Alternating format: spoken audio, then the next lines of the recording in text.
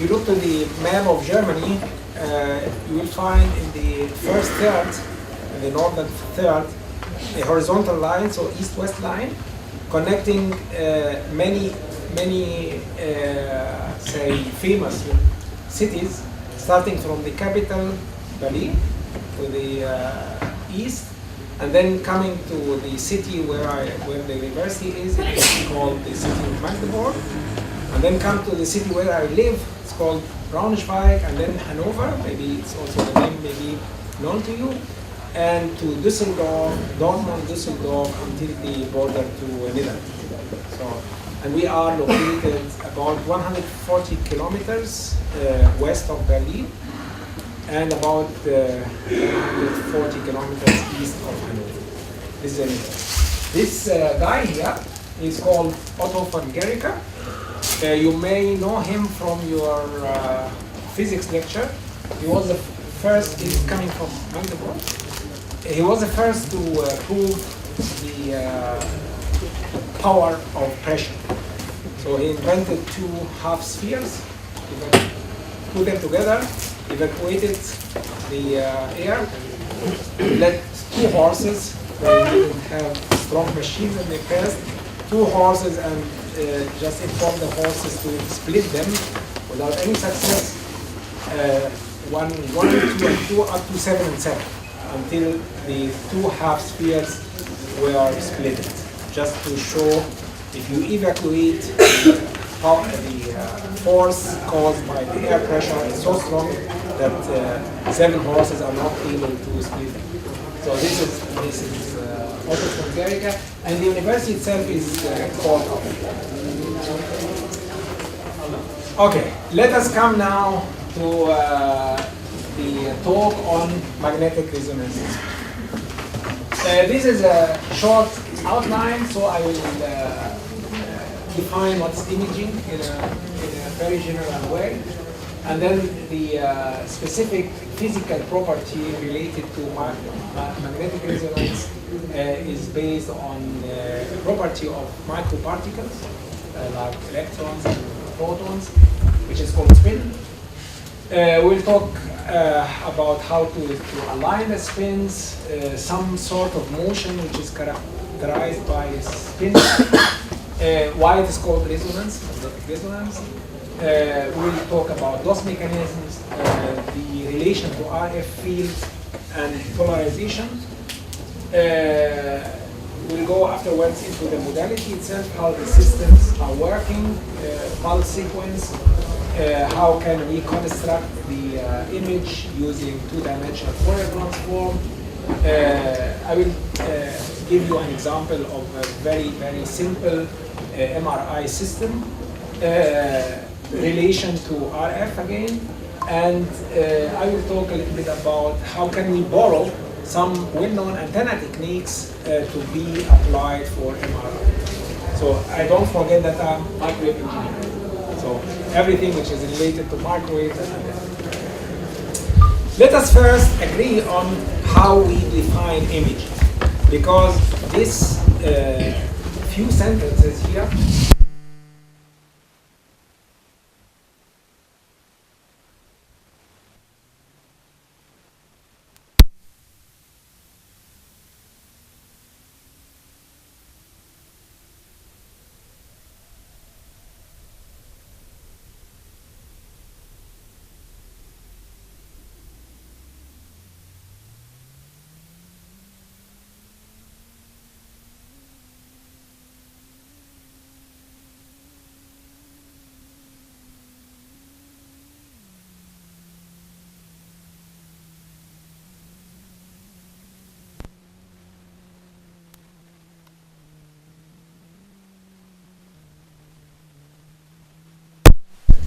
or if you work in polar system, it is r theta or r theta phi. So this is actually your choice afterwards, how to present the resonance.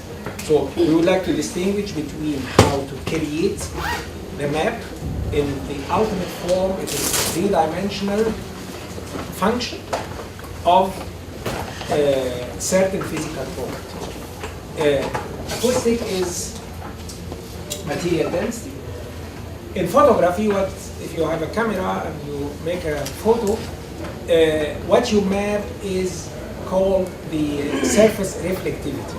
You illuminate your body or your face, and every individual pixel, every individual point on this two-dimensional, it is not a planar, but it's a two-dimensional surface, reflects with a certain degree. If you have a color photo, you consider reflection of red, blue, and green. So actually the quantity which you make as a function of, you can define here coordinate systems. Imagine that you are a planar face, so you have x and y. And now you have function intensity of the reflection, which is called reflectivity, as function of x and y. This is actually what the physical process creates. And then you have another process how to present it in a way which your brain can understand and can imagine. And this is also another area, because mathematically, so you have just one function, and now you ask yourself, how can I express it? How can I present it in a way which is understandable? And this understandable is also not necessarily objective. In many cases, it is subjective. Almost, so you are young, and you are the generation which is really very, very acquainted with animation and computer presentations and so on. Let me talk a little bit about the presentation before going further. If you have a one-dimensional function, so how you express it? You say x and f of x. Okay. If you have two-dimensional function, you may, it's a little bit more complex. You have x, y, and z, and now you have something like a carpet or like a bell. Of course, software are capable of producing that. But if you would like to be a little bit more accurate, you say, okay, I will cut this bell or this carpet at different levels, and you have what is called level lines. So you see contours if you cut in a contour, and you write down beside the contour, say 500, 100, 300, and so on, in order to see how strong or how high this cut is. If you don't understand me, just let me explain again. Okay? Other way of presentation is to say, no, I will not put beside these lines numbers, but I will agree with you. Red is very strong and blue is very weak. This is something related to the heat effect of colors. You know that red is hot and blue is cold. So we agree, okay, let us have weak is blue and red is hot or strong. Now you color the lines this way. Okay, if you repeat this many times. This is for recording. Okay, and don't the end. Do you hear me so? And here, come there. Because otherwise I I will lose my jacket.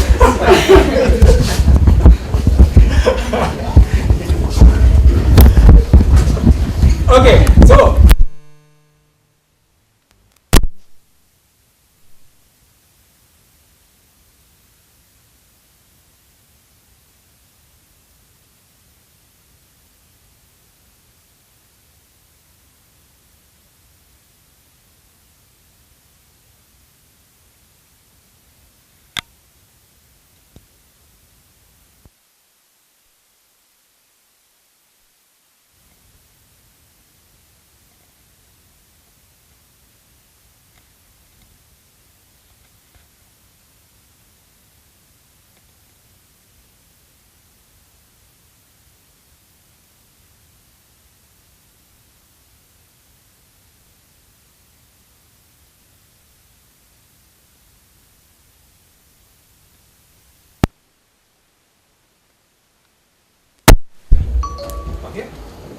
So we will concentrate only on the technical aspects, how to create a function the function is z-axis in this case is density or other physical properties of x.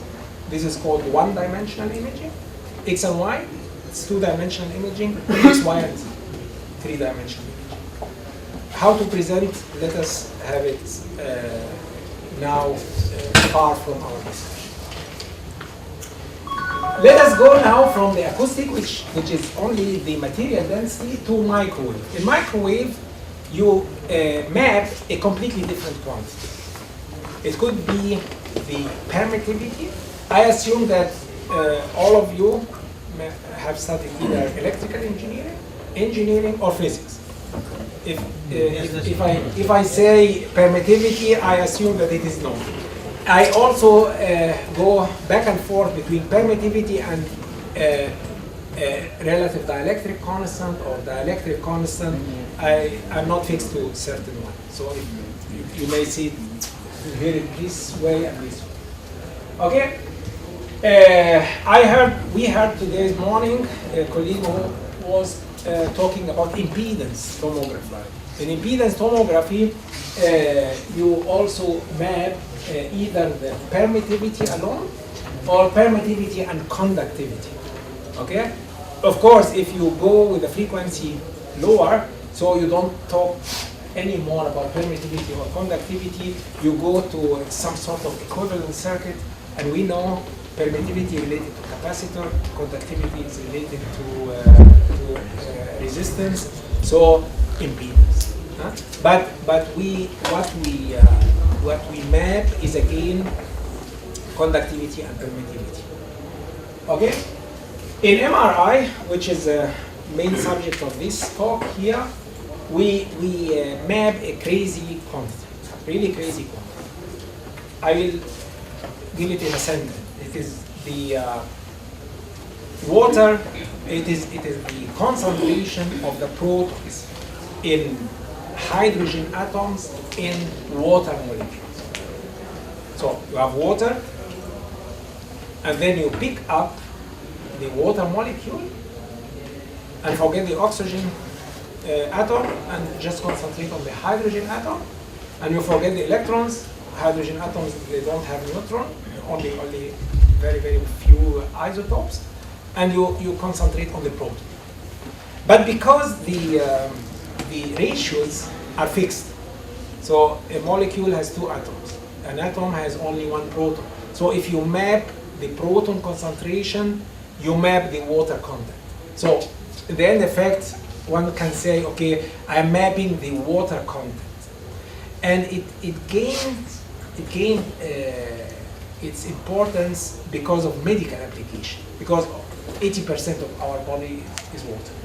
So actually what you are mapping is water contents. If you can distinguish between two tissues based on the water content, or for cancer, between tumor and healthy tissues based on water contents. But in the end effect, you are mapping water contents.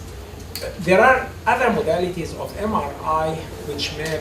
I will talk about that later, but more or less it is water.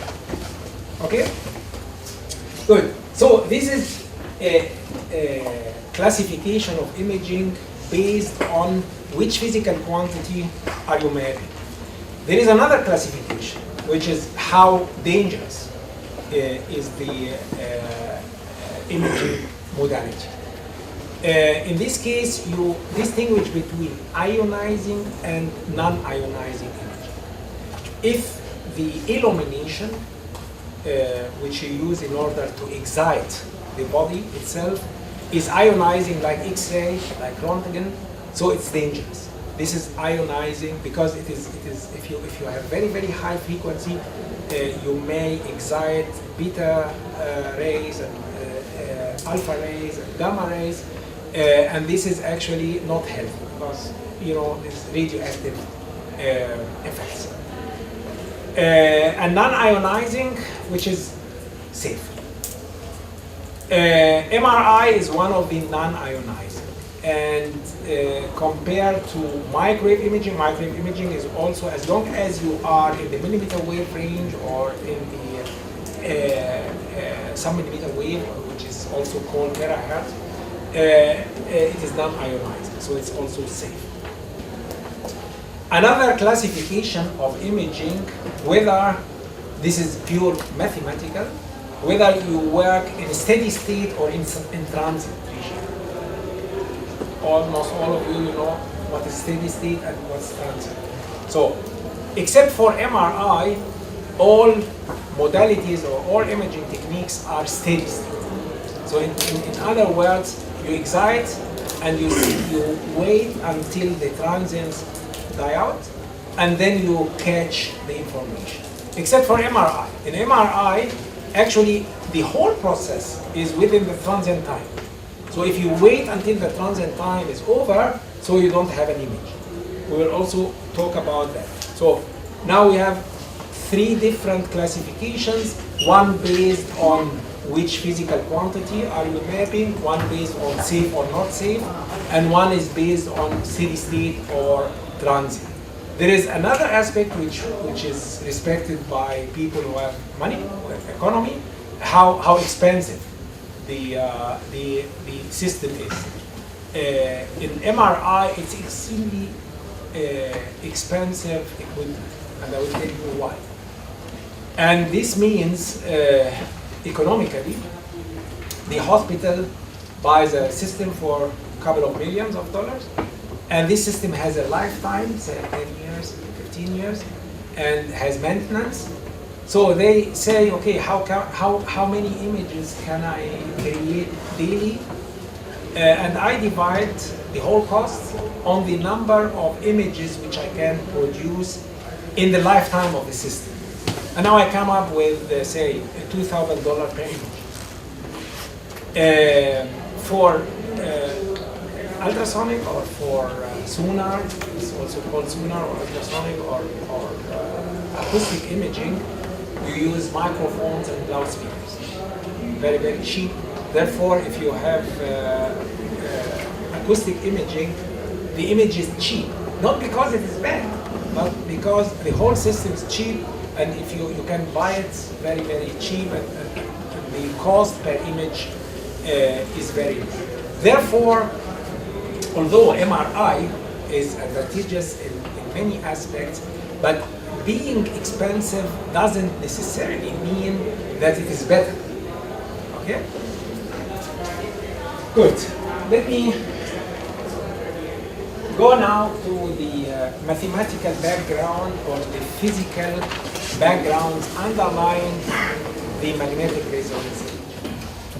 For any of the elementary particles, so in physics you learned about electrons, about protons, and about neutrons.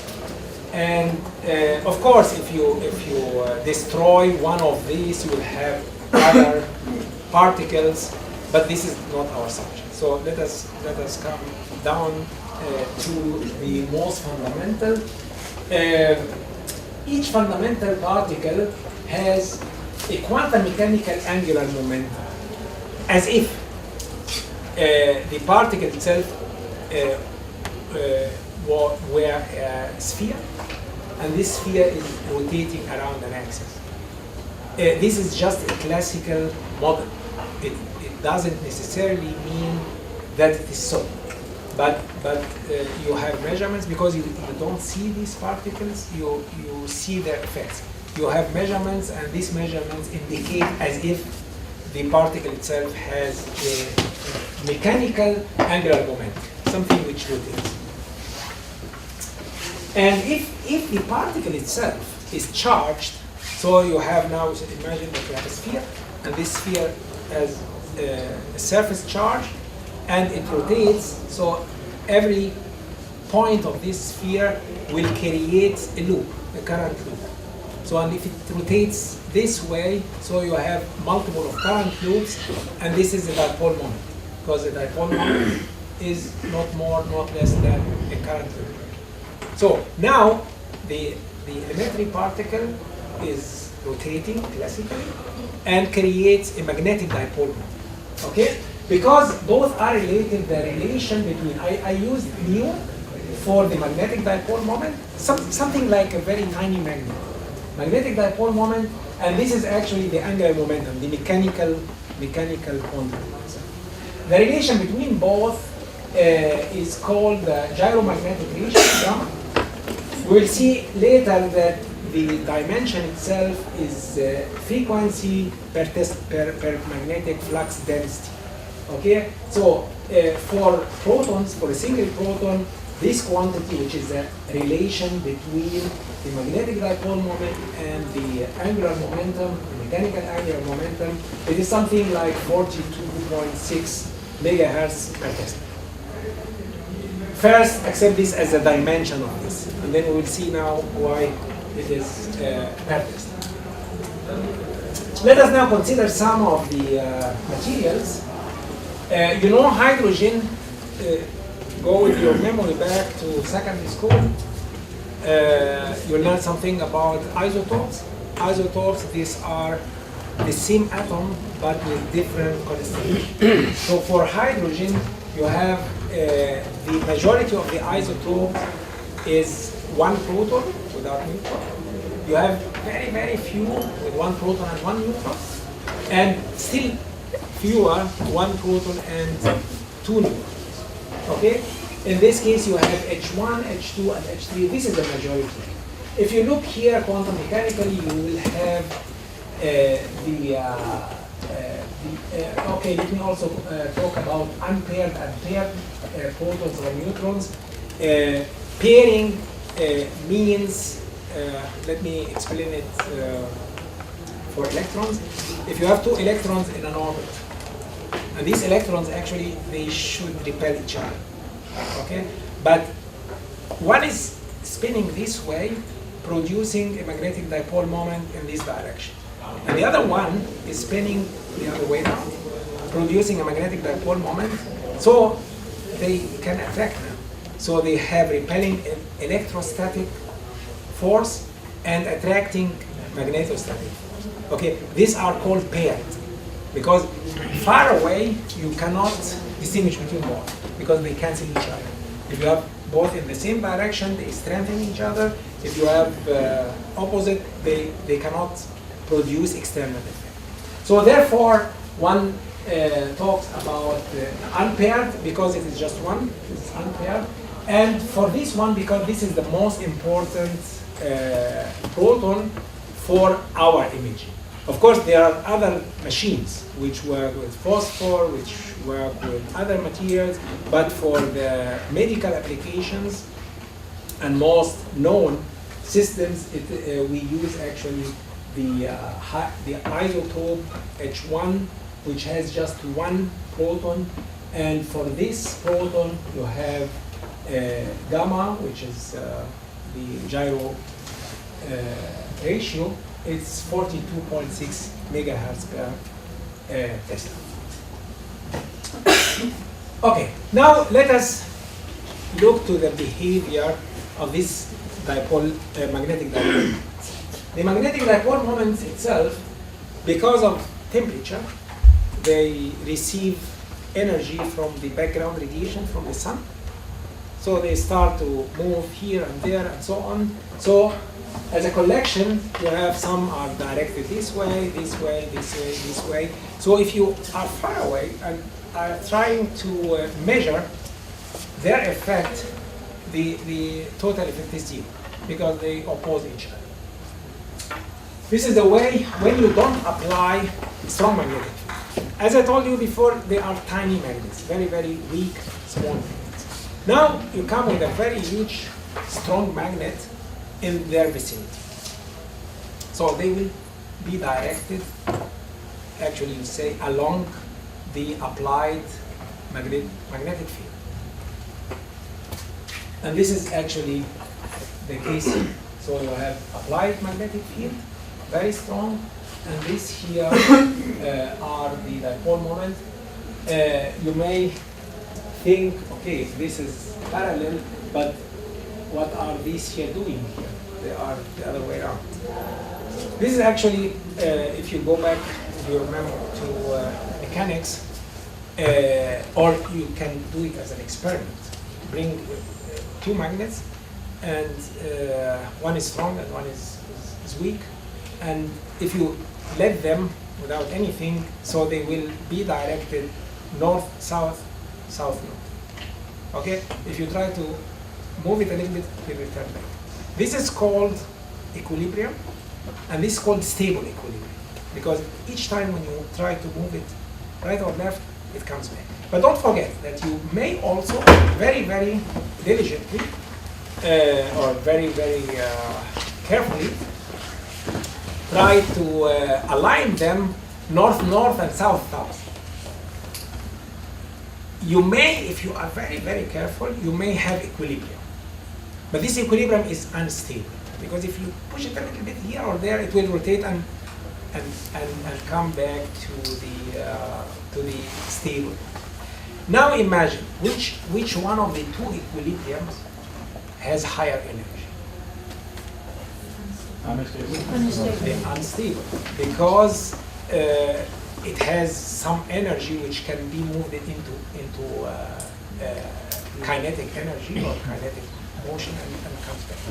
Okay, so this is something like, in order to have a nice picture of it, if you have a structure of hills and valleys, and if you put a ball on the hill, you may have equilibrium, but this is unstable. So you can push it this way and then it moves. And the hill is higher energy. And in a valley, you will have the stable equilibrium. It's lower energy, tension energy is lower, and if you push it right or left, it returns back. Okay? So keep this image or this picture in your head. And now imagine that you have this structure and you shake it. This shaking is actually the effect of the background radiation, because we don't have 0 Kelvin. We live in continuous interaction between the sun radiation coming to us, giving us our temperature, giving all substances here their temperature. And this is actually something like every charged particle is accelerated by the electromagnetic field radiation, where on average the amount of absorbed energy is equal to the amount of radiated energy. So you have what is called thermodynamic equilibrium, and you have a constant temperature. Okay? This is the macroscopic picture, which means on average. Now, if we look individually for the individual particles, it's something like this shaking. Okay, this shaking, you shake, and you have part of the balls is in the valleys, and the other part is on the top of the mountains, of the hills. For an individual, it changes because one is going up and down, up and down. And when we call thermodynamic equilibrium, means on average the number down and the number up is the same. But every individual is continuously changing its state from lower energy state to upper energy state. Okay? Keep this in mind. This is a very, very simple, primitive description of what's happening. And go back. Go now to our spins, our tiny magnets. We have already applied the magnetic field. So some of them, some will be directed along the applied magnetic field. Others will be directed against.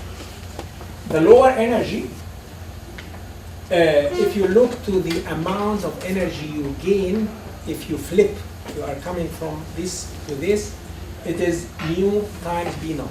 So let us assume that everyone has a background energy, E naught. So if it is along, lower, it is minus mu times B naught. Mu is the dipole moment and B naught is the applied magnetic field. And this is here above. Okay.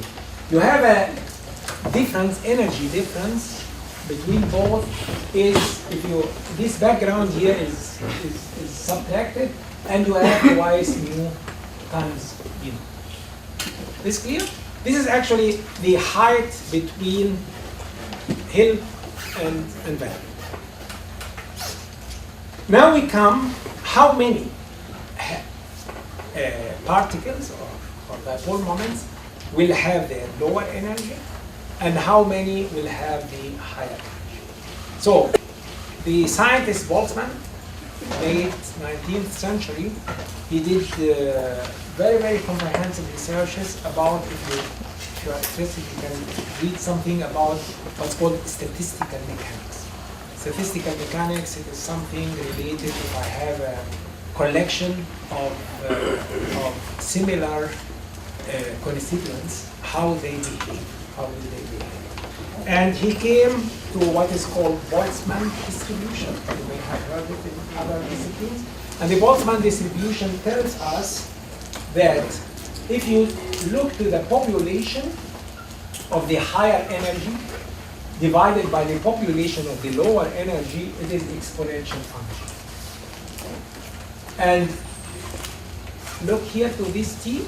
T is the absolute temperature. If you have lower T, the difference between high and low is huge, the hills and the valleys. Okay, and you must expect to have lower on the hills than the valleys. Okay, if you have higher temperature, the temperature works like this shaking. Okay, so they both are coming nearer and nearer to each other, and you have roughly the same. Clear? If you feel that I'm talking slow, or just let me know in order to keep time. Okay, so look to this here. If this is the applied magnetic field and this is the energy scale, if you apply more, you have more delta E, and the difference between higher and lower becomes higher. And if you now say, if I'm outside and I would like to measure the effect, the net effect of these tiny magnetic dipole moments, part of them is directed this way, the other part is directed this way. If the two parts are equal, I measure nothing. It's exactly like before applying magnetic field. But in order to have a net measurable effect from outside, you must have much higher lower energy than higher energy, which means either to make delta E as large as possible, or to lower the temperature. Because lowering the temperature, so going say below 70 degree Kelvin or something like that. So these are the two effects by which you can increase the gap and increase the net effect. Let us go now to the net effect. The net effect here, the magnetic, it is n times mu, because everyone gives rise to mu, and n itself is n lower minus n higher. And because of this exponential, if you have very, very tiny exponent, you can approximate it, and you will have something like this expression. Important is that this n here is proportional to the applied static magnetic field, and it is proportional with this constant. Of course, inversely proportional temperature, you can have the same effect by lowering the temperature, but the main effect is linear dependence with B naught. Now, let us come to the order of magnitude. All are these equations, and we don't have the feeling of the numbers. Let me give you an example of that. In order to have measurable net magnetic field, you need magnetic field in Teslas. So 1 Tesla, 2 Tesla, and so on. Just to give you a number feeling of what are we talking about. If you consider this toroid and say I ask for 1 Tesla, B is 1 Tesla, and I would like to insert my body inside this toroid because I'm going to have a medical image. So I took R, the radius is 1 meter. And I produce the magnetic field, this B naught magnetic field, using 500 windings on this toroid. This is practical numbers. And now I ask myself, how many current do I need in order to produce 1 Tesla in an area which I can insert my body with moderate number of windings? Okay, I come up to 10,000 ampere. 10,000 ampere is huge current, and not only because you have challenges in producing such high current, but much more crucial and much more worse is the losses in the conductors. You know, any conductor, whatever you do, you use copper, you use very, very high quality metals or whatever, but you have a tiny resistivity. And you let now 10,000 ampere going through it, so you have huge heat losses with 10,000 ampere. This explains also why the MRI systems use superconductors. And why, and superconductors, you need cooling, and in addition, the prices for that, or the costs for that, are huge. This explains why MRI systems are so expensive. Just to, if you write down only equations, everything looks nice. But if you consider real values, you start to face the challenges of the technology or of the systems. Let us move now to the essential mechanics of spins. I come back to this very simple model. I have a strong magnet, and I have a middle magnet, small. Okay, you have 2 equilibriums, one in this direction, stable, and one in this direction. If you push, so this small needle will rotate and comes parallel. Okay, but in reality we don't have such a needle. We have a rotating sphere. This is something which rotates. And this rotating sphere, if you study, say, advanced course on mechanics, when it changes its direction from parallel to anti-parallel, it creates another type of motion which is called precessing. Go back to your childhood, you have this top, and you rotate the top, and before the top falls, it starts to do a crazy motion. It is not the spinning, but it starts, before falling, starts to make another motion, and this motion is called precessing. This is actually very, very important for the whole MRI process. Distinguish now between, from this top, the rotation around the axis. It could have a completely different speed, but we are talking now about the precessing. Before falling this way, so it precesses with a different speed. And this is exactly what happens to a proton, also for electrons, when it changes direction from parallel to anti-parallel or the other way around. So it doesn't go this way, this is the magnetic field, this way, but it will precess, so something like that, coming to 90 degrees and then come to anti-parallel. This is here the picture for that. So this is the spinning, and the whole axis here is precessing. So the axis is precessing. This motion here, spinning, is not proved. This is just a classical picture of quantum mechanical measurable effect. It spins. We say it spins. But this precessing is really there. So the protons or the electrons, they are precessing this one. Now look to the interaction between a precessing proton or precessing electron. I will say always proton, but don't forget that the same discussion applies to electrons And therefore, you may hear nuclear magnetic resonance, NMR, and you may also hear electronic magnetic resonance, EMR, MRI or NMRI. And the reason for, in the early ages of magnetic resonance imaging, it was always called NMRI, nuclear magnetic resonance imaging.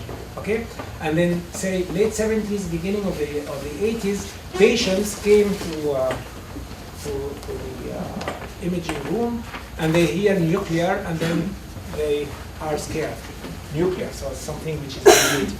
Therefore, the community, you can read this in the history of the MRI.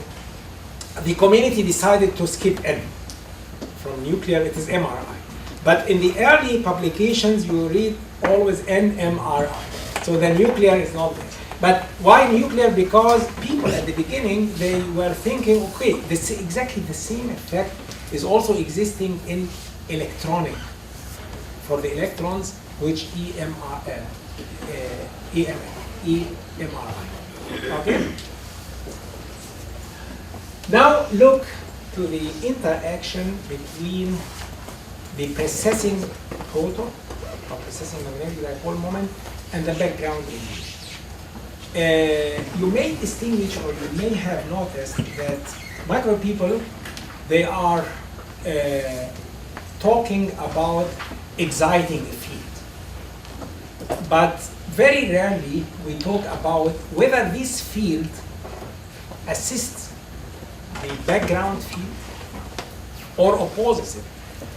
So you say excite. We have to do some additional calculations as microwave engineers or as field theory engineers in order to see whether the new field, which is excited now, is assisting or opposing. Physicists, they forget this detailed analysis and they talk about emission and absorption. What is emission? If the excited, in both cases, you have excited field. But if the excited field weakens, the background field is called absorption. If it assists it, it's called emission. And physicists work in terms of energy. If I'm emitting, I lose energy. And who wins it, or what wins it, it is actually the background radiation. If I absorb, I gain energy, and it is lost by the background radiation. So just keep the two way of thinking or two approaches in your head. For us, it's spinning or precessing spin, precessing dipole moment will excite field. And this field is either emitting, this means it loses energy, they spin, or it is absorbing. You can now imagine if I have parallel and anti-parallel, when I'm going to emit and when I'm going to absorb. I know that the parallel is lower energy, the anti-parallel is higher energy. So if I'm going from parallel to anti-parallel, I'm going from lower energy to higher energy, I absorb. If I'm going the other way around, I'm emitting. Okay? So just for to have a complete explanation. At the same time, how I absorb and which type of fields I am absorbing or I am emitting. If you consider the whole thing using electromagnetic fields, and yes. So why the electron want to go to a unstable state of higher energy by observing? It's not his decision. It is a decision of the background. As I told you, go back to this picture. It is shaking, or which means the background radiation influences it, gives it energy, and he gives it back. Or it is not he, it's not a man, it gives it back. Okay, so this is actually this thermodynamic equilibrium means you are in a continuous motion. Nothing is fixed. Okay, good. Good.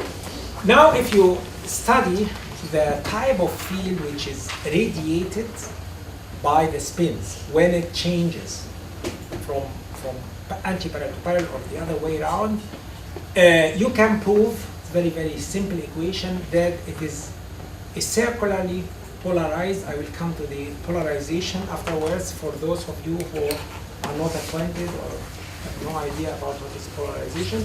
It is circularly polarized, nearly monochromatic, means single frequency field. And this field has, monochromatic means single tone, single frequency, and this field has exactly the same frequency like the precession frequency. Forget the spin. Spin is not cool. We are calling about the precession.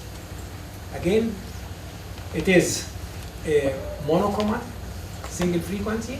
The frequency is called Larmor frequency. And this Larmor frequency is, you see this gamma, the diametric ratio, it was so many hertz or megahertz per Tesla. And this is the Larmor frequency. The Larmor frequency you will have for the proton, the isotope, just one proton, you will have 42.6 megahertz for each applied Tesla. Okay? Now we come to, I'm now talking about monochromatic, and what is monochromatic. If you know something about the spectrum analyzer, monochromatic is as a spectrum, it is a Dirac delta. So it is something, the frequency very, very narrow as a frequency band and very, very high. And if you relate these two resonances, it is something like high Q resonance. If you look to a resonator, a high Q resonance for electrical engineers, it is also something which reacts, can react with its surrounding only when you are very near to this frequency. If you go right or left, no reaction. Okay? And now this is explanation why it is called magnetic resonance imaging. Because these spins, they react only to circularly polarized field exactly at this frequency. Exactly at this frequency. It is principally or theoretically infinite Q resonator. For some reasons, they are accompanied with loss mechanisms. And loss mechanisms, if you have a resonator and the resonator is lossy, you start to see that this Dirac is widened, it goes down, and you have a band. And the higher the quality factor, the narrower the spectral line. It's called spectral line. And the other way around. So if you have more losses, imagine that you have a resonator for microwave engineers, and it is completely closed, and the walls are not lossy. So you will have exactly n pi by a squared plus m pi by b squared plus l pi by c squared. It is a fixed frequency. But if you make a hole, so the resonator starts to radiate, to interact with its surrounding. And if you look now to the frequency response, it is not this high Q resonance, but it is wide. The hole is bigger, the frequency curve is wider, and the height is lower, and so on. This is exactly the same picture with the dipole moment. It interacts with its surrounding as a resonator. It absorbs only at this frequency, at the Larmor frequency, and it emits also at this frequency. Okay? In both cases, it interacts with circularly polarized field. You can have a better imagination if you say it precesses. And for those people who are acquainted with microwave tubes, I don't know how many of you have studied something about microwave tubes. In microwave tubes, you have you take the kinetic energy of electron beam transferred to electromagnetic energy. Okay? And you know that if you have a wave, if you have a field, and you have electron, the maximum interaction between the electron or the charged particle and the field is at the frequency or at the phase velocity of the field, on which if you write on the electron or the charged particle, you see electrostatic field. Imagine now you have a wave, it moves with a phase velocity, and you have the electron beam. If the electron beam has a different velocity, so it experiences positive, negative, so it averages out. So it absorbs, accelerated, decelerated, accelerated, decelerated, so it averages out. And if you decrease the gap between the two velocities, you will have, in the ultimate case, you have the same speed. So in this case, the electron sees electrostatic, because this is the same value. Either it is accelerated or decelerated. It's exactly the same also here. So imagine now this precessing, and you need for this precessing a field which moves this way. This is a circularly polarized field.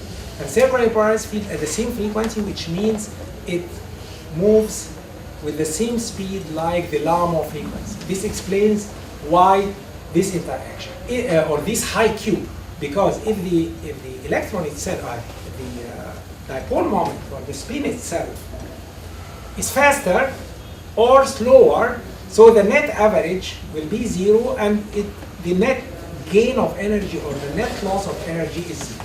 So this is explanation of why high Q, in order to have roughly, nearly, the dipole moment sees a constant field. The resonance effect is clear why it is called resonance. Okay, we'll see now, because of other effects, this Larmor frequency may deviate. And this explains that it may react to a little bit different frequencies, because you have a little bit faster, a little bit slower, and this will widen the spectral line. Spectral line is not direct anymore, it is wide. Okay?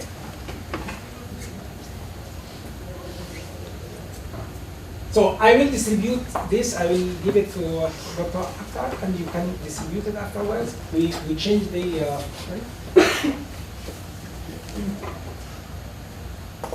now it is officially for you, with IIT Kanpur and with your logo. So I don't think that we have, except for my logo. So you can distribute it without problem. Okay, we will have here discussions related what is the similarities with laser and so on, but I believe that we will lose time for this. I will skip this, but if you read it later, it's written here. Okay, I will jump now to the loss matrices.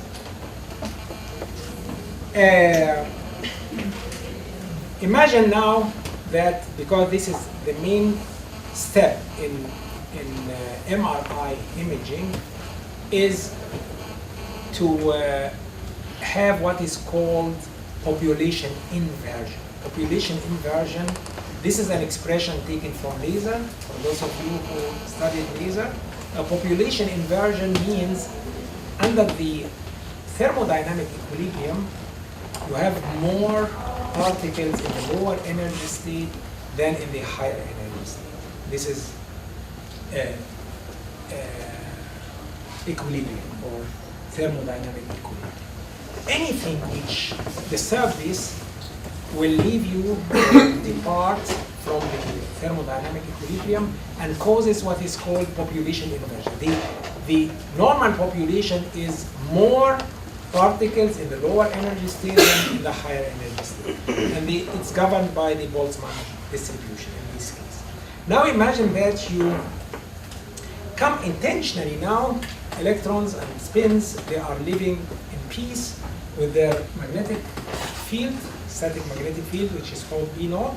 And now you come from outside and you expose them to a circularly polarized RF field and the same Larmor frequency, which rotates in the same direction like the precession. In this case, they start to react. So they will absorb and try to change their energy state from the lower parallel to the higher, which is anti-parallel. And during doing that, they absorb continuously from the exposure electromagnetic field, okay? And they are called flips. They flip from here to there. But this flipping is not abruptly, so it takes time. We will see later that the proper flipping is 90 degrees. So you start this way, and then they precess until they are perpendicular. They precess perpendicular to the applied static field, and you stop exposure. Okay, if you stop exposure and you have infinite Q resonance, they will continue forever. So flip, and they will continue forever to precess this way. But because of the finite Q, because of loss mechanisms, I will show it to you, because they are existing in surrounding, and in this surrounding they interact with the surrounding. And upon interaction, they lose energy. Lose energy, this energy is the lowest parallel, this is a little bit higher, 90 degrees, and this is the highest. If you lose energy, you must return back here. So actually, they return back. If they return back, this is MZ. So if I flip the whole population, and always I'm talking about the difference between parallel and anti-parallel. So we take it collectively. If you flip, so you don't have any Z component anymore, because you flip 90 degrees, and now they are precessing in this plate. Now the Z component is 0. Now, stop the excitation, or stop the exposure. So because of the loss mechanism, they will slowly return back to the situation when the net is parallel. And this type of relaxation is exponential, characterized by the first time constant, which is called the T1. The T1 is known in the MRI community. T1 is a time relaxation. If you leave everything as it is, the spins are interacting with their surrounding, with their neighbors. With this interaction, they lose energy. And if they lose energy, they try to return back to the thermodynamic equilibrium. And this is the M1. It is spin lattice. Lattice, it is the interaction between the spins and the lattice surrounding. Okay? Equation is mz. At the beginning, you have flipped 90 degrees, so you have mz equals 0, and then you slowly return back to the situation where all or the net is parallel. Clear? The strength or the factor or the fact which made MRI industrially feasible or practically feasible is the fact that this T1 is really long. Therefore, I was talking with you about transient, because until you come back to relax and come back to the steady state, you have enough time. And this enough time is enough for the machine to make the entire image. If you would have had T1, which is much shorter, okay, the phenomena happens, takes place, but you don't have enough time to make use of this phenomena. Okay? We'll see this is in something like 1 second until you return back. But this is not actually the headache in the magnetic resonance. We still have what is called T2. The T2, imagine now that the spins, they are flipped 90 degrees, and when they are flipped, because of the high coherency, they are all parallel to each other. And now they precess parallel to each other with the norm of limits. Because of the spin-spin interaction, imagine that you are in this, and one is pushing you, makes you faster, and the other one is decelerating. So if you start with a little bit different speeds, and you run now, after a certain time you see that this bunch starts to spread out, because some are faster and some are slower. And what does this mean for spread out? I start this way, they precess all together. Now is some of them are slower, some are faster. They start to distribute themselves over the XY plane. What's the effect? Zero net. Because you have one here, one there. This is much worse, because if you look now to MXY, you just flipped 90 degrees, you have the maximum, and because of this dephasing, you decay with a T2. T2 is also not so bad like the T2 star. I use here the standard letters, T1, T2. If you read anything in the MRI literature, this is the standard definitions of T1, T2, and T2. T2 star is related, T2 alone related to spin-spin interaction. T2 star is, you have some irregularities within the tissues, because although the excitation field could be homogeneous, but because you have different tissues in different areas, they influence the normal frequency. And if they influence the normal frequency, so now you don't have the same rotating frequency. Some are slower and some are faster. It is the same effect like spin-spin interaction. You have now spin-tissue interaction or spin irregularity interaction. It is still worse. Worse in the sense that it decays very fast. Now we should do everything. We should acquire the information, make the image and so on, as long as we still have precessing spins which produce circularly polarized field at the normal frequency. Now you understand the term resonance. We have T1, it's very, very long, high Q. We have T2, it's shorter, a little bit lower Q, and we have still the bad guy, this T2 star, which is still shorter and lower Q. Now, as order of magnitudes, if you look to the different tissues in the brain, we have the CSF tissue, the white cells, the gray cells, the linear cells. These are the muscles. So these are the order of magnitudes. T1 is really long. You have something between 0.8 seconds and 20 seconds. The T2 is in milliseconds. The white cells have also in the order of magnitude of 1 second here, a couple of 10 milliseconds and so on. And as I told you, the shortest time constant is the bad guy, because all others, they are not relevant for our discussion. But nevertheless, we still have some milliseconds or some 100 microseconds to do the entire signal processing work. Yes? This T1 and T2, can I measure both the time constant, that T1 and T2, in the Yes, spectrum? yes. In the absorption spectrum only?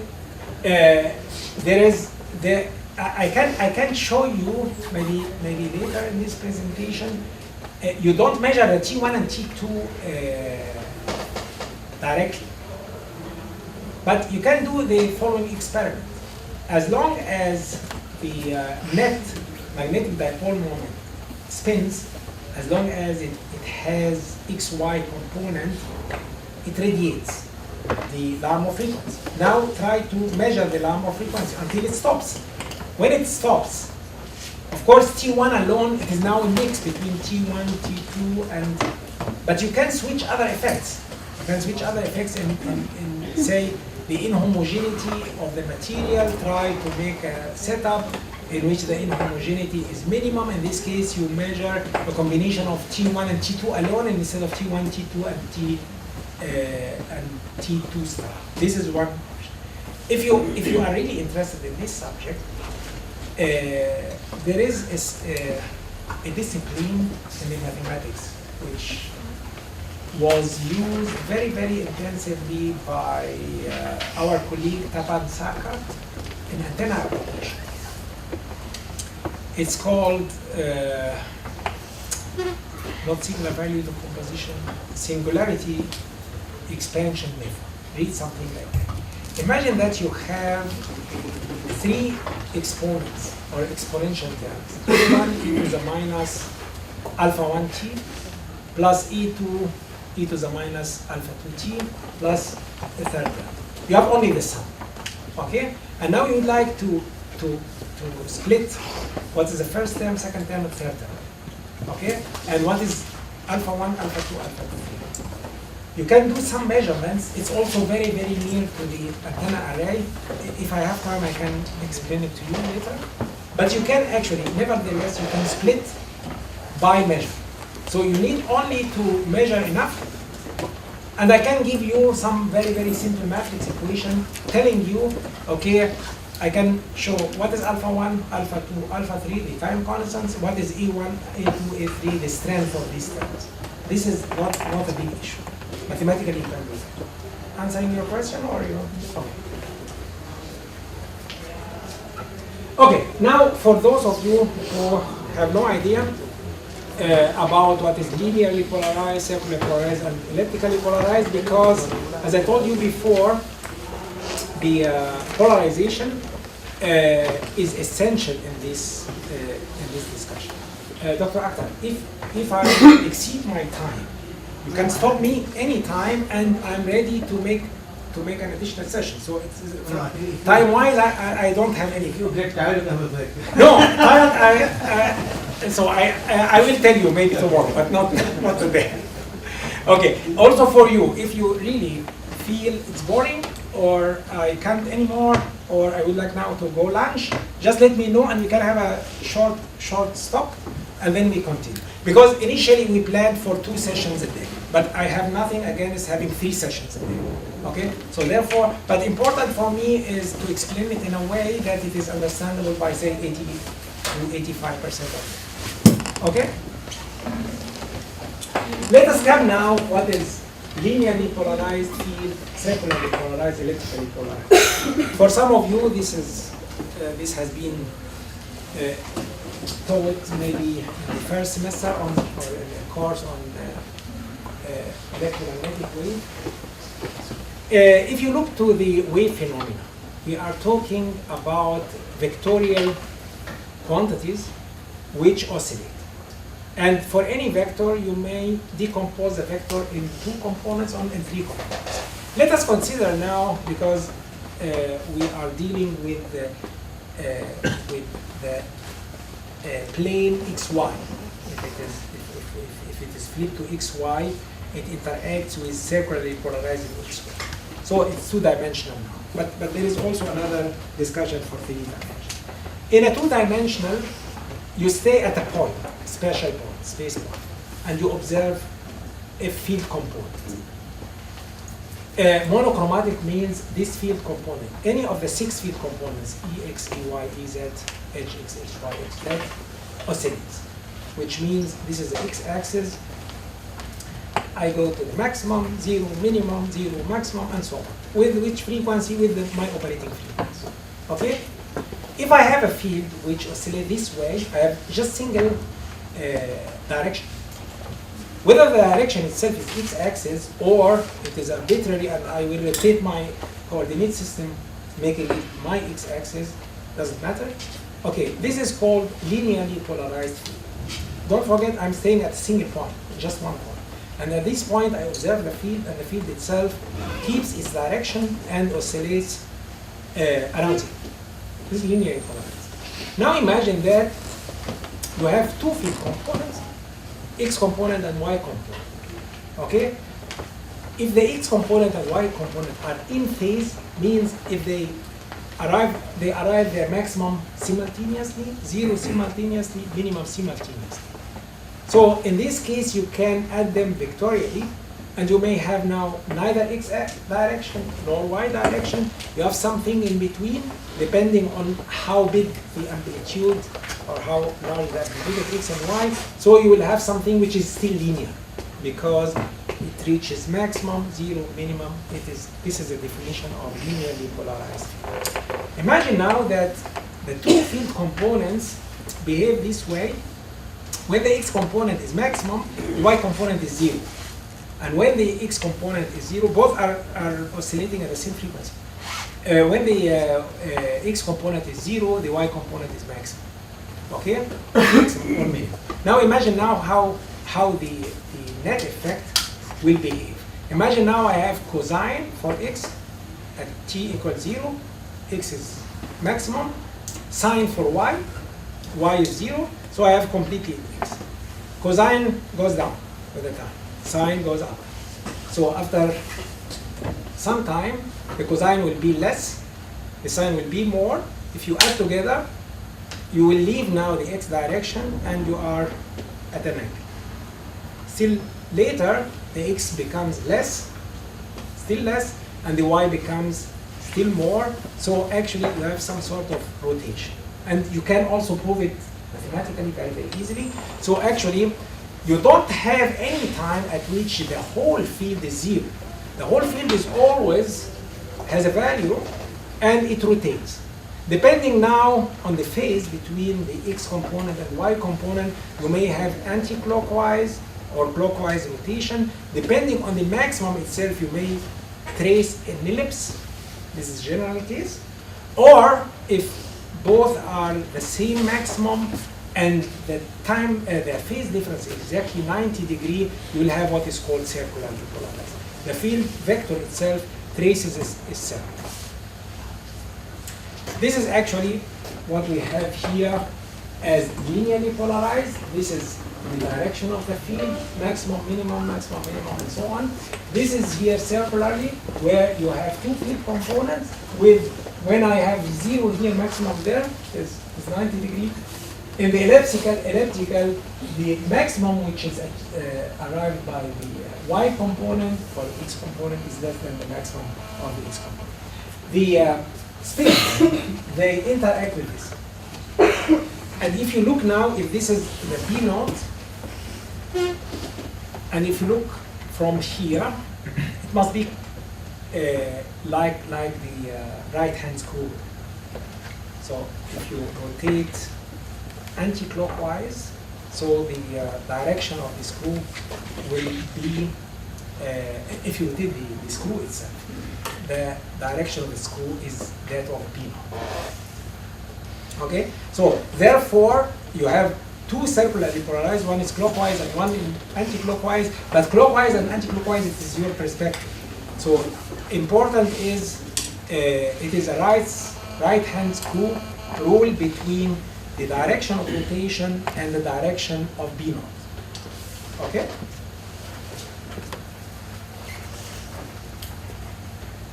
Okay, now we come to the process of imaging itself. The background is clear. Do you have any question about the background? Okay. In imaging, we distinguish between the general term of imaging and what's called tomography. Tomography is subset of image. Tomography means I construct my image as two-dimensional slices. This is tomography. Okay? So, and therefore you may also hear it is magnetic resonance tomography, MRT. Actually, in German it is not MRI, but it's called MRT. So now imagine that you would like to make image, three-dimensional image of your body. So the first step, I will decide which slice. So this is now my x-axis. Say this is the z-axis. This is the x-axis, and this axis is the y. Okay. The first step is to select a slice by flipping all spins in this slice 90 degrees. All other slices, the rest of the body, is not excited. Okay? This is done this way. let me see. No, I think I have to bring the mouse here. So the vertical lines are the spins parallel, the net spins parallel to the z-axis, and I flip them 90 degrees. Now they are in the xy plane. Now they rotate with the Larmor frequency. Okay, the Larmor frequency is the same as you see they rotate in phase, whether in the x direction or in the y direction, the same frequency, it is the Larmor frequency, the same phase. They are all parallel to it. This is the first step. How can I achieve that? Imagine that you have applied a ramp in B naught, which means B naught, say 1 Tesla, and I will make the strength at my head a little bit more, and the strength at my feet a little bit less. It's a ramp. Because the Larmor frequency of any slice depends on the magnetic field, I will also cause a ramp in the Larmor frequency. Now, every individual slice corresponds to a different Larmor frequency. If you apply now an RF field at a fixed Larmor frequency, it will be coincident with only one of these here, because I have now different Larmor frequencies. Say I adjust it to be coincident with this slice. So now I flipped the spins only in this slice. Below, it is not excited, not flipped. Above is not flipped. This is called slice excitation. So you excited just a cross section, just a slice of the body to be imaged. And you can now repeat this by changing the ramp, because if you change the ramp, you will move the position at which the slice is interacting with the applied RF field. The applied RF field, again, it is circularly polarized. If this is a z-axis, it must be this way, xy, and with the Larmor frequency.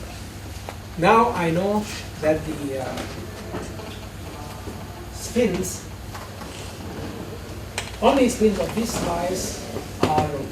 Maybe I can talk a little bit here about the resolution, because I say slice. Nobody asked me how thick.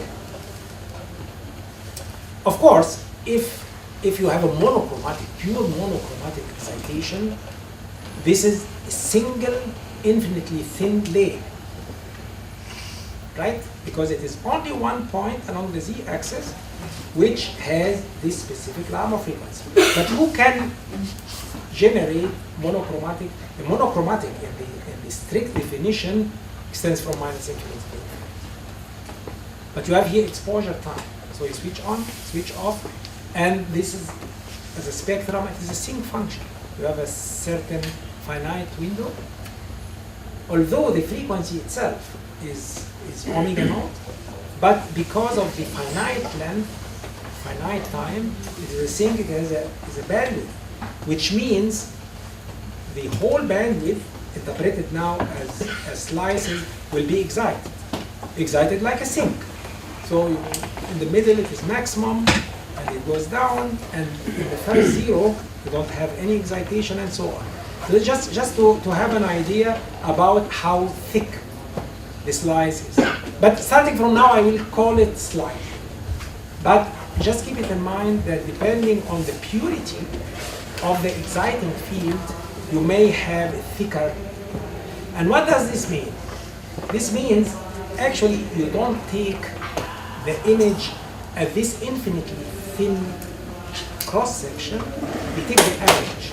So because afterwards you cannot distinguish anymore between precessing all moments at the upper edge of the slice and the lower edge of the slice. So all together will be summed out, and in other words, the image itself is an average, as if you collapse all this infinitely thin slices together, add them together. It is also not an average, but it's a weighted average. Because if your spectrum is really sync, so you have in the middle the maximum contribution, and you have something opposing in these two side lobes. So actually, as if you build the average by taking the sync multiplied by the real image and sum together. This is just one sentence about the resolution. How thin can I have my image, my tomographic image? Is clear for everyone? It's very important to combine some knowledge from the mathematics with the application, because this can explain many phenomena and artifacts in the imaging. So, Yes? what is GZ? What is GZ? Okay, you are right. So this is here, you're right, I wrote it. The Larmor frequency, if I apply RAM, the Z itself, the static magnetic field in the Z direction is B naught. Now I apply RAM, some constant times Z. What is RAM? RAM is a linear function, so it is Z times a constant. And it is G because it is called in the community gradient in Z direction. Okay? So this is actually, and how can I calculate the Larmor frequency? I know that the Larmor frequency is a gyrometric ratio, 42.6 megahertz per Tesla times the Tesla. Okay?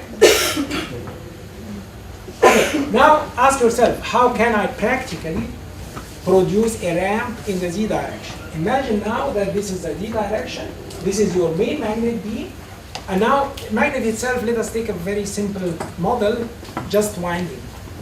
Okay, you have windings, and you put yourself inside this cylinder.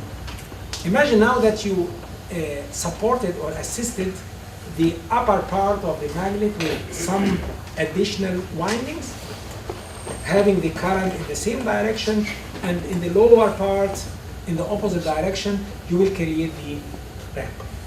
Because now you don't have the same field along the body, but you have a little bit stronger in the upper half as in the lower half. Okay, this is the way you can produce a ramp.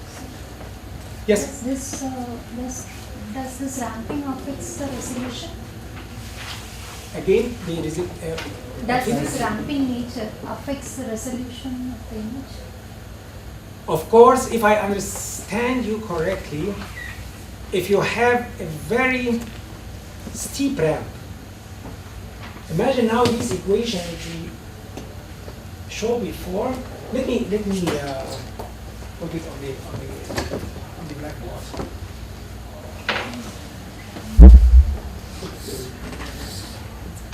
Say this is the B, and this is the F. Okay? If you have something like that, or let me take this Z. So this is F naught is gamma times B. If you have a ramp in Z, this is the background Z. And this is the Larmor frequency as being proportional to B. Okay? Now imagine that you expose with this bandwidth.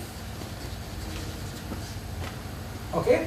This bandwidth, and you ask yourself which slice will be affected. So this is the bandwidth, and this is the thickness of your slice. Right? You may have a higher resolution either by making the bandwidth smaller or making the ramp more steep. Okay, is it your question? So this is actually the relation between the ramp itself. But don't forget, we are talking about thousands of ampere. And if you had a chance, maybe in 30 years for your age, to have MRI image you will hear very, very loud noise. Because the ramp itself, in order to, if you have B naught itself caused by a certain current, couple of thousand of amperes, now you excite the ramp. How you excite the ramp? By flowing in these two additional windings, current in this direction, current in this direction. You may have the same number of additional winding and control the ramp itself by the additional current, right? So you say, okay, I have I naught in the main magnet, and in these two additional windings, I let current I1 going supporting, and I1 is opposing.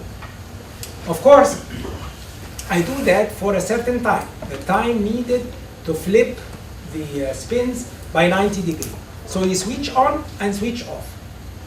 If you have a drilling machine at home and try to observe what happens to the drilling machine when you switch on and we switch off, you see the sparks.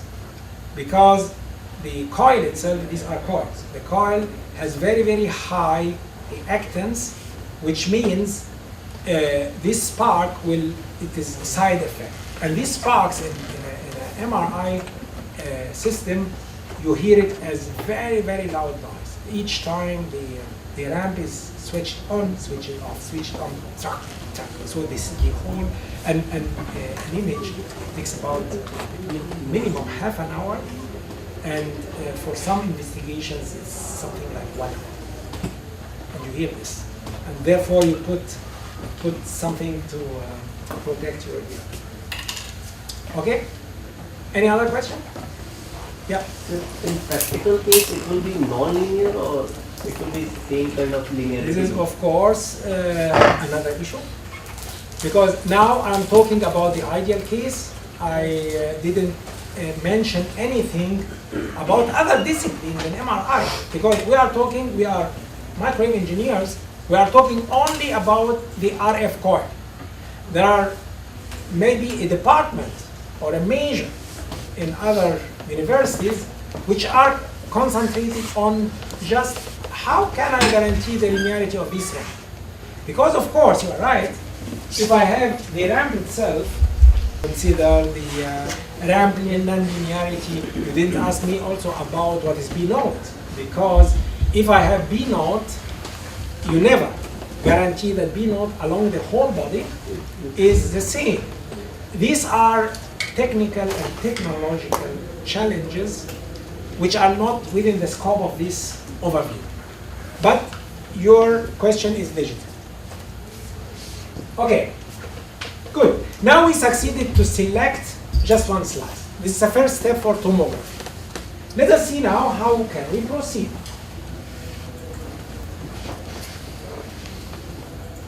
The next two steps are called in the literature frequency coding and phase coding. What are these?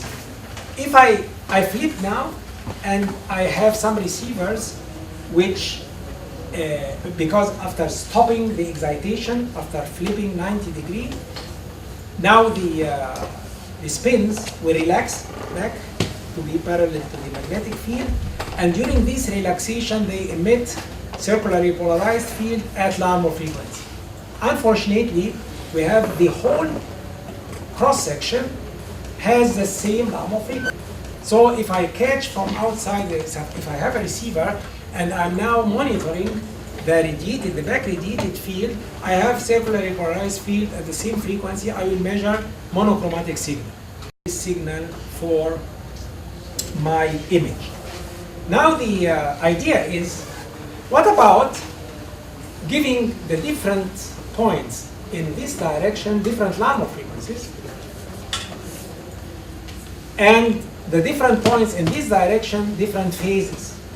Imagine that all the entire cross section now as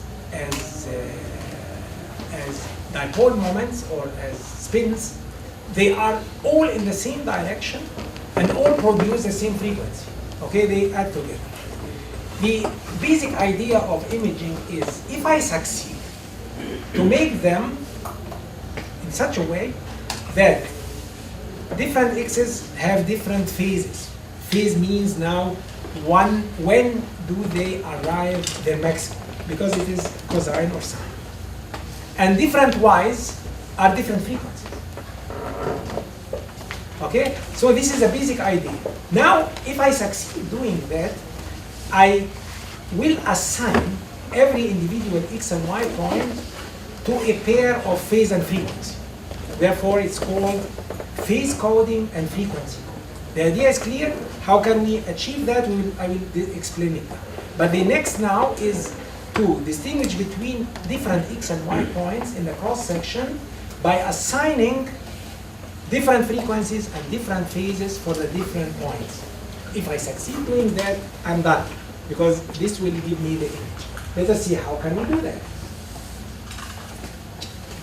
If I apply now for a certain time a ramp now in the x direction, let me take this x direction, right and left. If I apply a ramp in the x direction, in such a way this is slower than this, because the ramp itself is proportional to the Larmor frequency, which means, and they all are rotating with the Larmor frequency of this point. Now we will apply a ramp in the x direction so that I can make different x's rotating at different frequencies. You may notice here this is slower than that. Slow, here fast. Okay? And stop. Slow and fast and stop means now I could dephase them. Because if I stop, I return back to the old Larmor frequency. They will rotate again with the same frequency, but now they are dephased. Each x has its own phase, its own point at which it becomes maximum. Now you go here, stop the excitation. Now they rotate again with the same Larmor frequency. This is the first step, which is for a certain time, dephase in x is called phase coding. Dephase in x and stop. So now you succeeded to have different phases for different x points. The next question is, how can I produce x gradient or x ramp?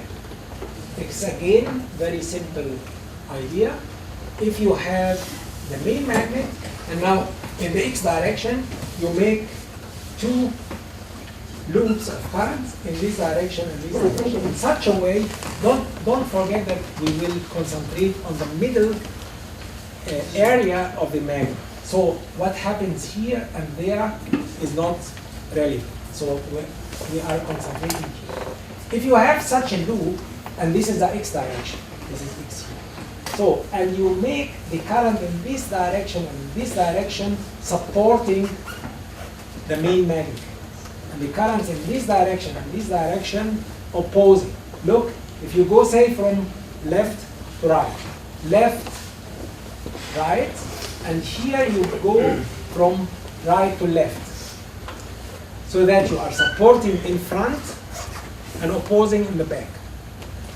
Of course, you will have the other way around, because this is a loop in the, maybe I'm here, this is the middle, maybe the top of the magnet is far away from the area of interest, and the bottom is also far.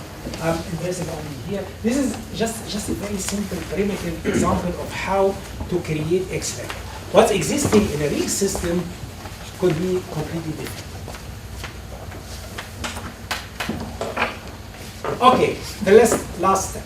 Now we succeeded to have phase coding. Let us switch now to the frequency along the Y. Yes? Regarding your phase coding, the speed of rotation won't it depend upon the medium of propagation? You can understand the frequency, but when you say you have different, velocity. No. I think you mix up now, because first I don't assume that the Larmor frequency depends on the material itself. Yeah. It has, of course, some dependencies, but this is second order. But the Larmor frequency depends solely on the value of the B naught field at that point. Because we have F is gamma times B. Very, very unique and linear relation. If you change B, the Larmor frequency will change. Therefore, we performed a ramp in the x direction in order to have different Larmor, in order to dephase them, to make right faster than left, and stop. If you stop, they return back to the original Larmor because you don't have the ramp anymore. If they return back to the original Larmor, they rotate with the same speed, but now with different phases. It's clear? Okay. Now the last step, apply a ramp now in the y direction.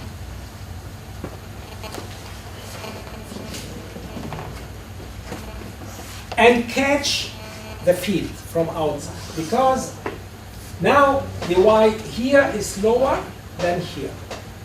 Now you succeeded to make the Larmor frequencies on my back. We say x and right and left is x, and front and back is y. You succeeded to make the Larmor frequency in front of me is faster than the Larmor frequency in my back. Now you are sure that every individual point has its own phase and its own frequency. This is called frequency.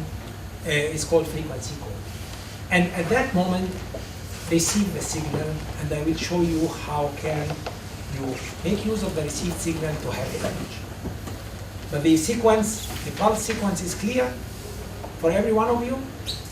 Again, the next step is how to create a ramp in the y direction. It is shown here. It is exactly the same like the x direction.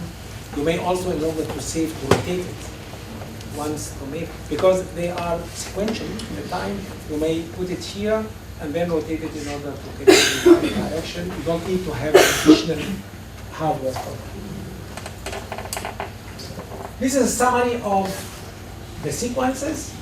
The first step, you apply the RF pulse for 90-degree flipping for a certain time. The ramp, this is G slope for the sloping here, will take some time. The longer the time, the narrower the bandwidth, the higher the resolution in the Z direction. Okay? Followed by the phase gradient, which will dephase the spins along the x direction. The last one, which is a longer one, you make the frequency phasing with the gradient in, say, y direction, and you catch the signal here. The signal is not catched here, is not caught here, is not received here. It is only received here. And as you see, it is a ramped oscillation because you start, say, in this direction, and you return back. The xy component of your precession becomes lower because here the xy component of your precession is the maximum, and now you go slowly until you relax completely and you come to the thermodynamic equilibrium. The typical form of your signal is something like that. Just keep in mind it is a superposition of different phases and different frequencies with a decay factor. The decay factor, which appears here, it is T2 star, because the T2 star is the shortest one. T1 and T2 are long, and the shortest one. Okay? Do you have any question related to that? Now let us come to some trivial mathematics which show us how can we really construct the image based on that. Before doing that, let us see a sketch of the main constituent. So you will have the sample here, surrounded by the RF coil, which excites the slice and receive the signal. There are some other modalities in which you have coils for excitation, transmission, and coils for receiving. Okay. These are the gradient coils, which I talked about before, and this is the main magnet. The gradient amplifier, the RF amplifier for that. Here, because actually you receive digitally, you have something, and you have a control, a computer or something which collects data and try to process it. Some mathematics. Imagine now we succeeded to make the Lamont frequency linear function of y. You have a background Lamont plus some constant times y. This is the frequency. The phase, this is defined as the angle at which, say, the sine wave is maximum, is a linear function of x. So it is something like background theta naught plus kx times x. So this we succeeded in doing. Now let us see what are we going to receive. We receive a collection, an integration. This is dx dy. Every element dx dy will have its own frequency and its own phase. Its frequency is depending on y. Its phase is depending on x. The strength of the signal coming of x and y depends on the concentration of the spins, which is proportional to the concentration of the water. So we have here rho, this is the density function, water content. Now we come to this stupid weighting function. You will never be able to illuminate, to excite the whole cross section equally, because you illuminate with what is called RF field or RF coil. This RF coil will not have the same strength as RF field all over the cross section. It will weight. So here maximum, here minimum. Usually you have something like a belt.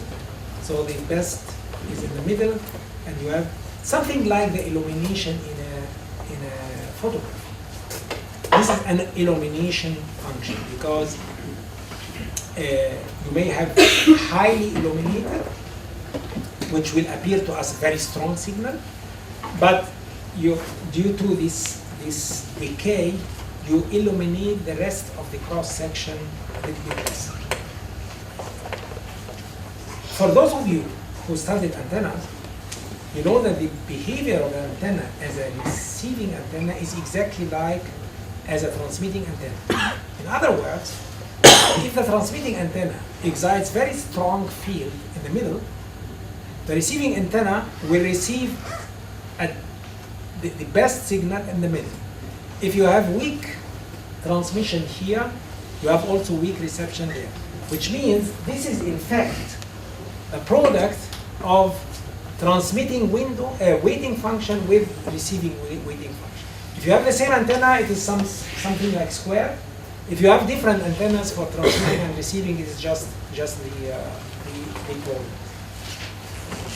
Now look at this here.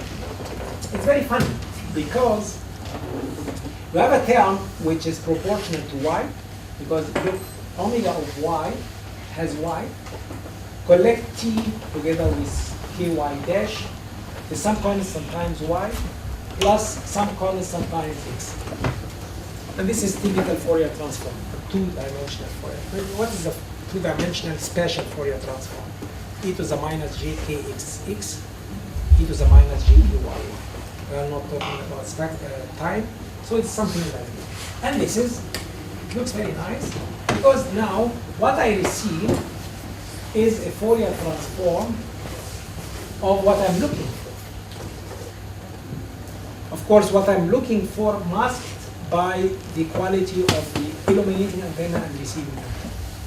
But I know that, so I can repair afterwards with some additional signal process. So the question now, how can I get this back?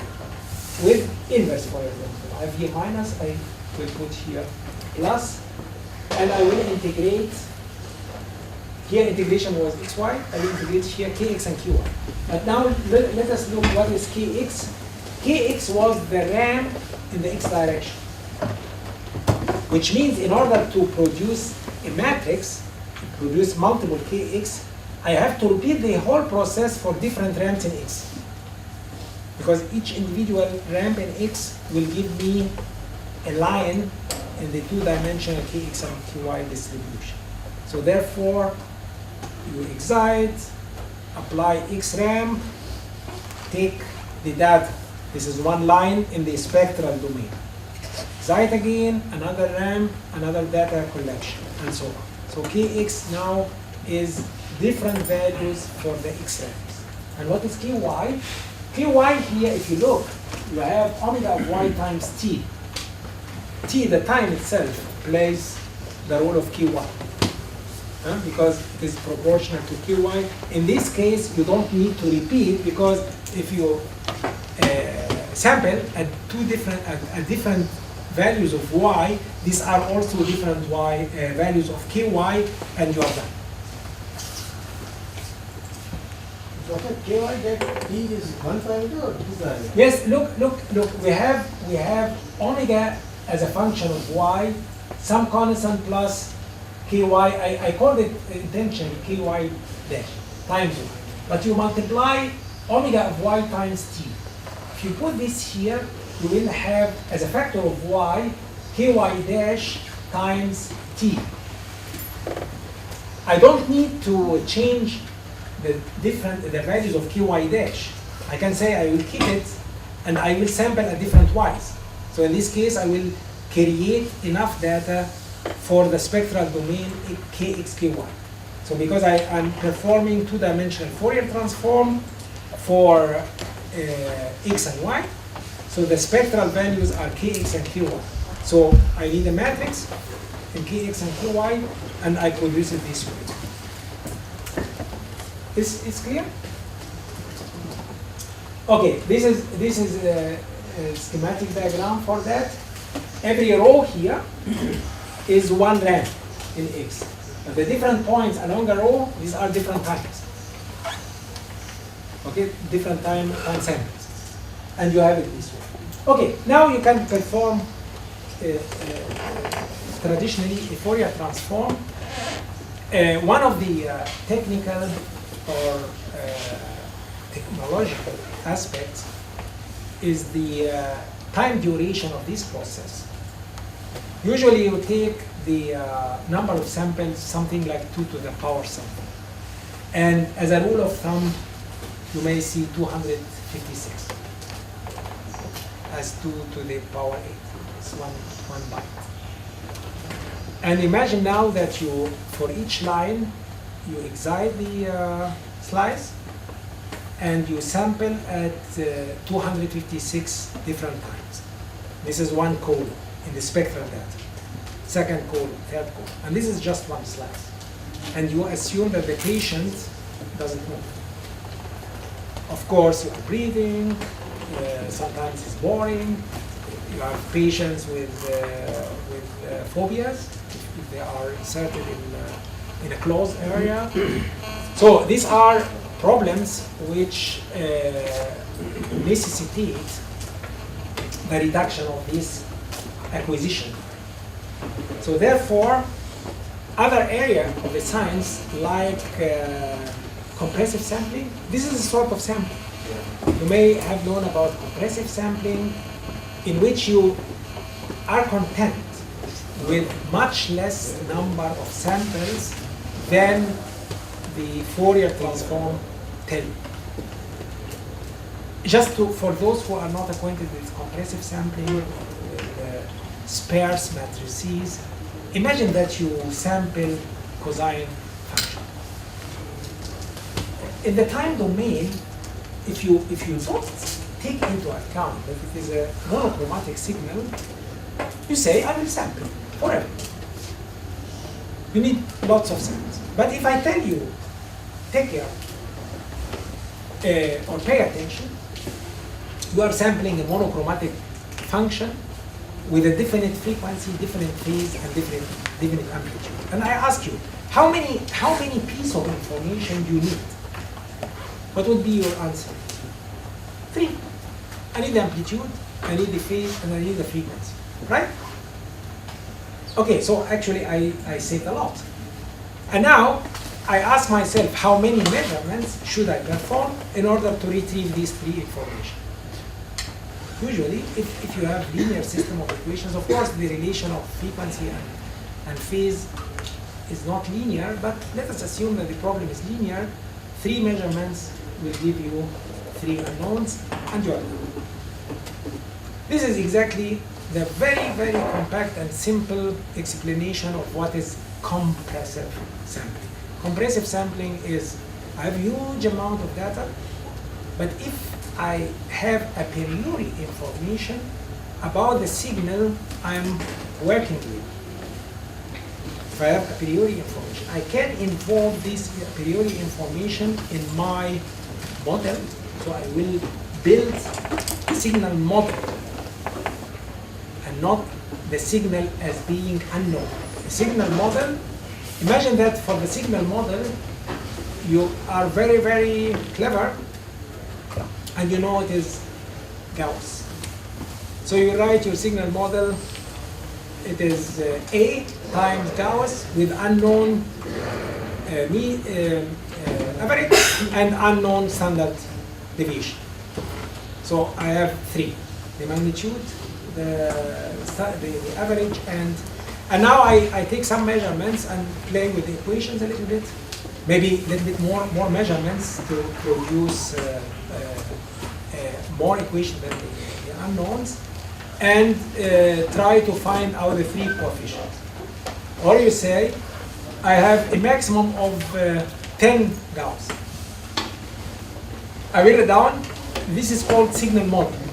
Write down the signal model with 30 unknowns now, because each Gauss needs 3, with 30 unknowns. And now I take the collection, measure, maybe 40 measurements or 50 measurements, depending now on the algorithm you are going to use or to perform, and say, okay, I got it.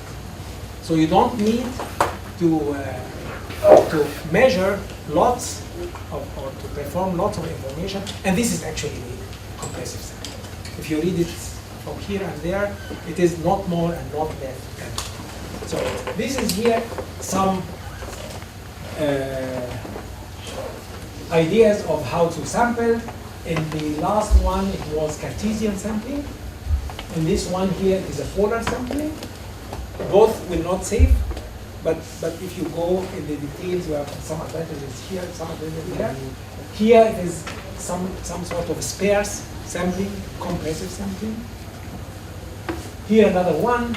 So if you read something about this subject in the literature, you will find out many of these, and for each one, which advantages and which pro and which contras. Okay? Good. So now my question, it is now 10+1. It's your decision. I can continue, or if you would like to have, say, lunch break, come back, or what is it? You are the king. You must tell me. MRI, I would say the rest of this presentation is technology. So how do the RF coils look like? Which challenges do we have? How antenna techniques and antenna approaches help us in mitigating some problems and so on. So I can say till now the first 34 slides, this is the fundamentals, without considering any details, any weaknesses, any improvements. And the second half of the presentation is specific for RF, for us as RF engineers. How can we contribute? What is your business here? So I would need maybe an additional 45 to 1 hour. Okay, now it is your decision. We can make a break and we can have the second slot for that, or we switch to microwave imaging as planned and we have the second one in another day. I'm ready to give 3 talks a day, because initially we planned for 2, but it's not a problem to give as long as I'm very happy to see interested students and audiences who at the end, by the end, they can go away and say, okay, we learned something new. If I achieve this, I'm happy. So outside then we will have a break lunch and we will meet one time.